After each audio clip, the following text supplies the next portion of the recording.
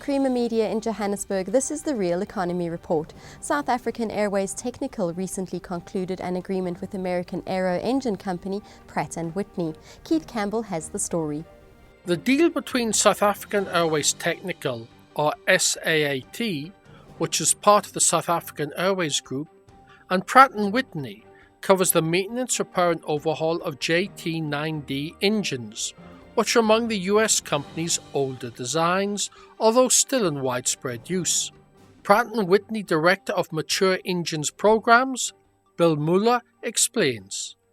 This agreement involves Pratt Whitney having a offload agreement for JT9D 7R4 G2 engines, where we will have an agreement with our customers that need engine overhauls for this specific type of engine model, and we will have an agreement in place with SAAT to carry out the work maintenance that's required on those specific engines. Currently, SAAT Technical also has a capability on JT8D standard engines, and we'd be looking at other potential opportunities in the future to find what I would call good fits between Pratt Whitney and SAAT to look at trying to expand that relationship.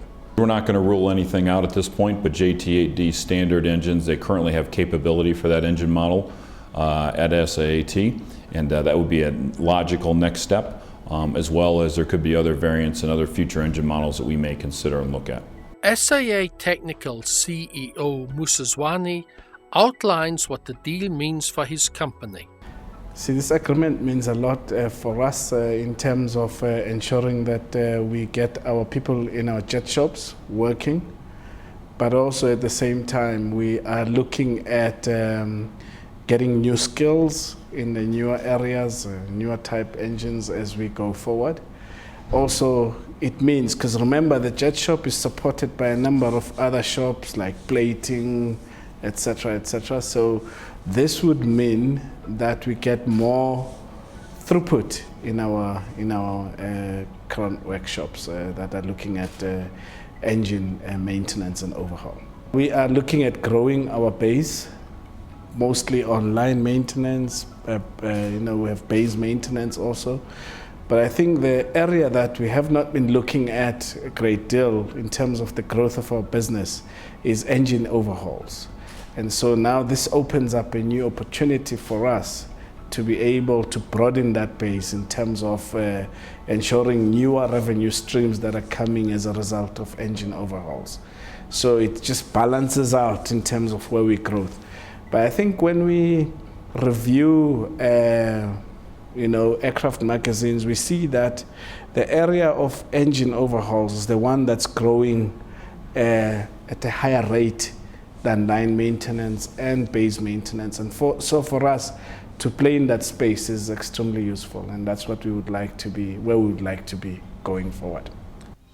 Other news making headlines this week, Transnet says it's too early to review its 300 billion rand capex plan despite the poor economic outlook, and Tshwane starts construction of its 2.6 billion rand BRT system.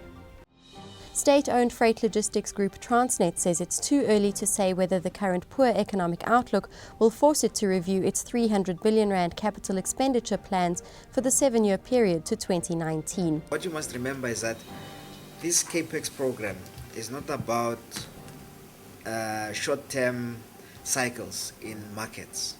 It's a long-term capex program. It's a 30-year capex program that we will try and execute in the 7 years. And so even if there are short-term cycles that are